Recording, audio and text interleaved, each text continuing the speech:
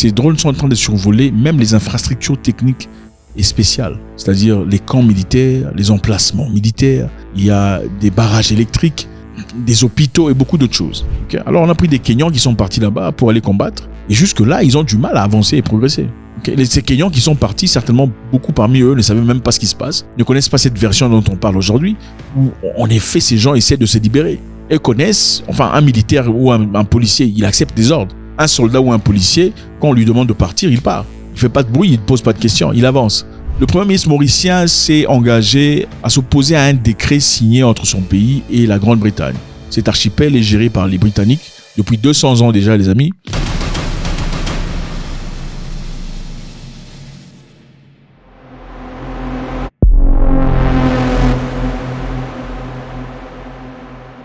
Ok, avez-vous vu les drones aux États-Unis d'Amérique?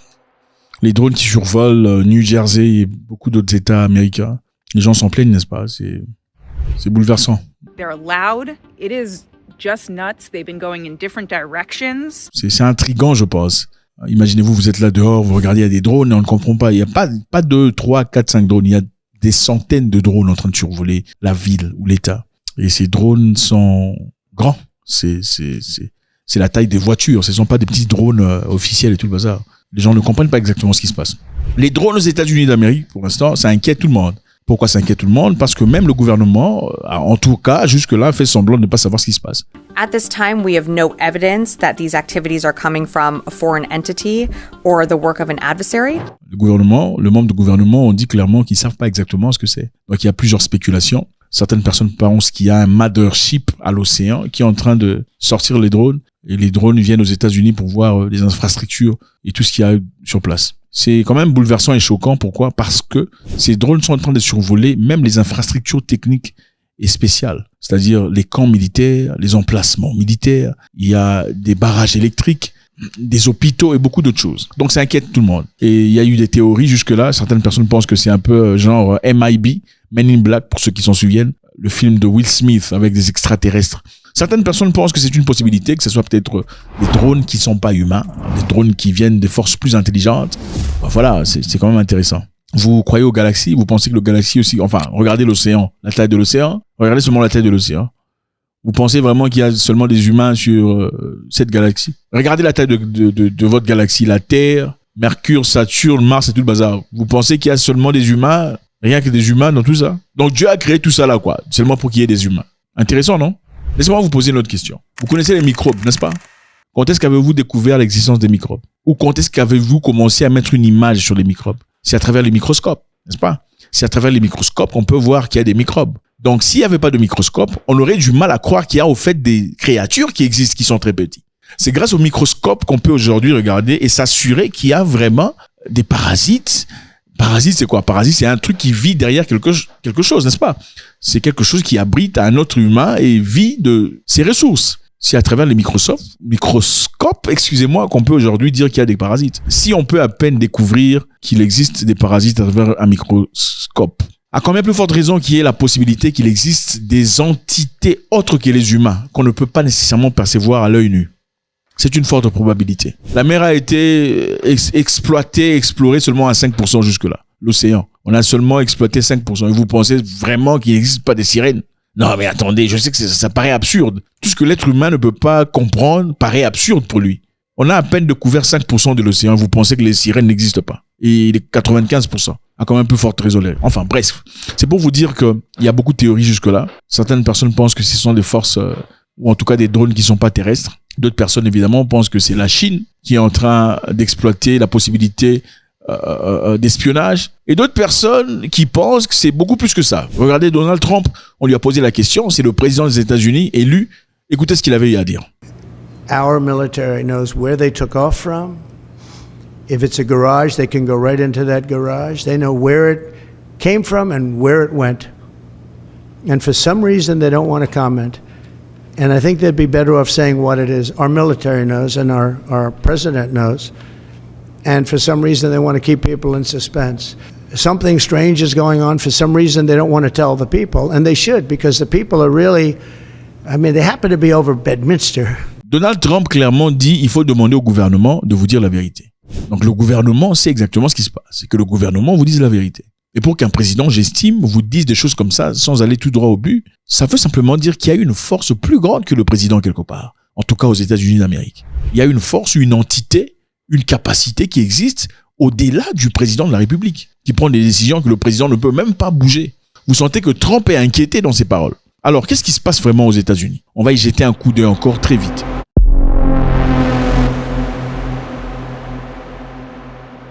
Maintenant, avez-vous déjà entendu parler de Cherizier? Nous sommes à Haïti. Ok? Les Haïtiens. C'est quoi la dernière chanson? Il est bon ce type. Enfin bref. Cherizier, ce monsieur-là. Ok? Beaucoup de personnes disent que c'est un gangster, c'est un méchant.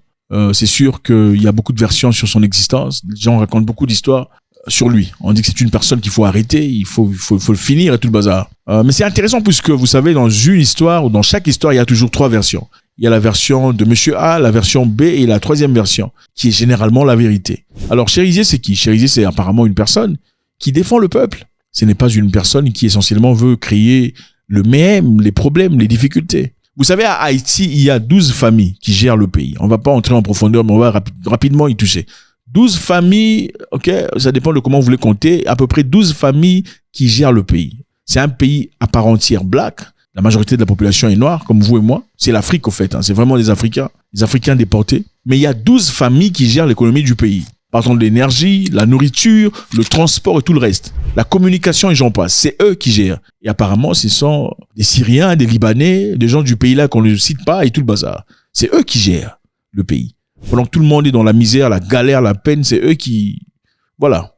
Maintenant, Cherizier apparemment est en train de combattre pour l'intérêt du peuple. Ils veulent qu'on balance, qu'on essaie de donner un peu ce qu'il y a à donner au peuple.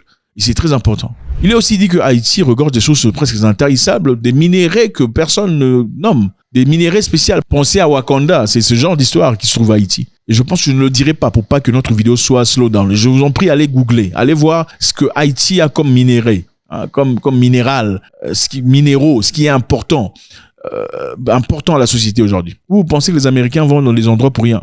Jamais. Un Américain ne part jamais s'emmerder jamais de la vie. Il doit y avoir des intérêts. Maintenant, on a envoyé des militaires kenyans pour aller là-bas, pour aller faire tomber Cherizier et tout le reste de gens. Pourquoi des Kenyans? Parce que, évidemment, les États-Unis ne pouvaient pas le faire pour pas qu'ils donnent l'impression d'être la police du monde. Si on va en Haïti pour aller agir, on dirait que nous sommes la police du monde et ça ne nous regarde pas. Maintenant, c'est quoi la meilleure façon de faire? Il faut chercher un pays où il y a des gens qui vous ressemblent. Comme ça ne paraîtra pas raciste.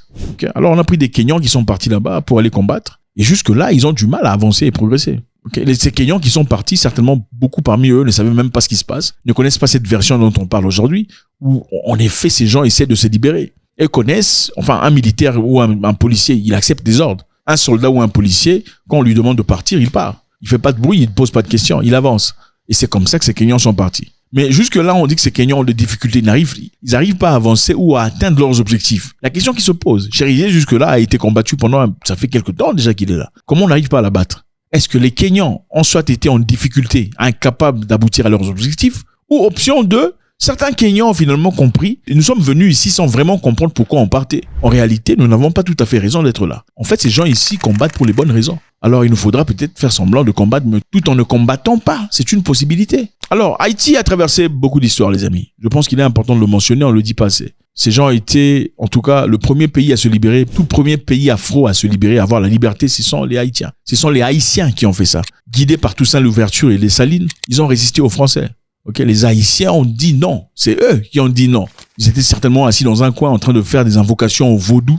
Le vaudou qui est manifestement une religion que beaucoup ne comprennent pas aujourd'hui. On veut sataniser ça. C'est une religion pratiquée au Bénin, au Nigeria et tout le bazar. On ne juge pas. Ok, chacun fait ce qu'il a envie de faire. Ils ont prié et se sont préparés à la guerre. Et c'est là-bas qu'ils ont fini les Français. Après avoir fini les Français à l'aide de la Grande-Bretagne sont venus avec des grands navires de guerre, voulant bombarder et détruire l'île. Et c'est là qu'ils ont exigé que Haïti commence à payer la France leurs dettes, donc dettes d'emprisonnement ou dettes d'esclavage. Pourquoi? Parce que les Français avaient apparemment perdu leurs esclaves. Donc Haïti était obligé de commencer à payer et ils ont payé pendant très longtemps. Et aussi pour ça, puisque Haïti a fait tout ce qu'il avait à faire pour se libérer, il était important que le reste du monde, parce qu'ils font toujours des choses en synchronisation, que le reste du monde ostracise Haïti. C'est-à-dire, personne n'a voulu dealer avec eux. Personne ne faisait des échanges avec eux. Donc, on va chercher un moyen d'asphyxier ce pays des Noirs qui essaient de se libérer. C'est la raison pour laquelle le pays était en difficulté pendant très longtemps. C'est à cause de ça. Haïti a traversé des moments très difficiles. Les tremblements de terre dont personne ne parle, ça a été horrifique. Et il y a eu des organisations ici, les NGO, comment vous l'appelez, qui ont récupéré de l'argent venant de tout le monde. Contribué. On a l'intention d'aller reconstruire des maisons de Haïtiens. Mais qu'est-ce qu'ils ont fait? Ils ont construit moins de 50 maisons avec des milliards de dollars qu'ils ont recueillis. Le couple que vous connaissez, le président et sa femme qui faisait partie du gouvernement du pays qu'on ne cite pas. Vous connaissez, on ne parle pas de ces gens-là, sinon ils viendront vous chercher. Ils ont fait disparaître l'argent. Les gens ont contribué, même en Afrique, pour envoyer l'argent afin qu'on reconstruise la vie des Haïtiens. Mais l'argent n'est jamais arrivé. Et en fin de compte, on veut donner l'impression que c'est eux qui sont pas tout ça. C'est ce qui se passe là-bas. Chérizier, pour une version que personne ne cite, est une personne qui se bat pour des causes qu'il faudrait bien considérer.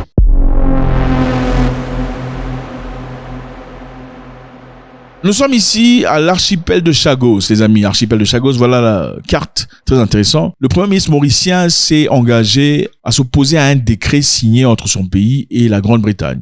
Cet archipel est géré par les Britanniques depuis 200 ans déjà, les amis. Ils sont venus là à Chagos, ils ont chassé les gens. Ils sont venus dans les villages des gens là-bas. Regardez comment c'est beau.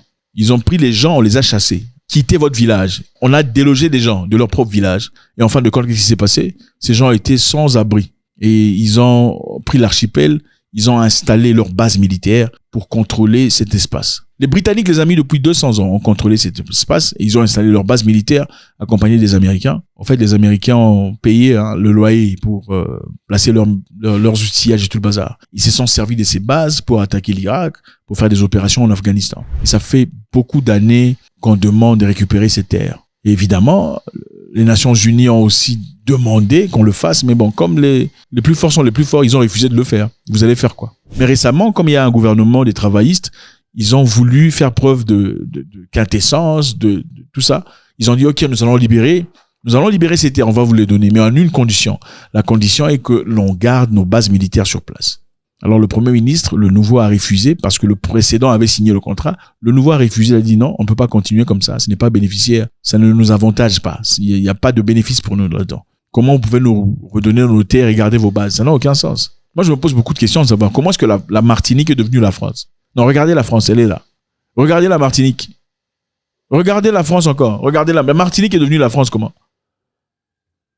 Conquête. On vient chez vous, on vous prend de force, on vous chasse, on vous chicote, on vous fait changer de langue. Voilà, vous devenez la France ou la Grande-Bretagne. Bizarre, non? Mais quand les immigrants vont en Grande-Bretagne pour aller immigrer, s'y installer, là, ça pose problème. Ne venez pas ici parce qu'il n'y a pas de place. Ah, c'est chez nous, restez chez vous. Mais en attendant, vous partez chez les gens, vous prenez les terres, vous les occupez. Enfin, la France a aussi une situation avec l'Afrique, des terres qu'on lui demande de rendre, mais qu'ils ne veulent pas rendre.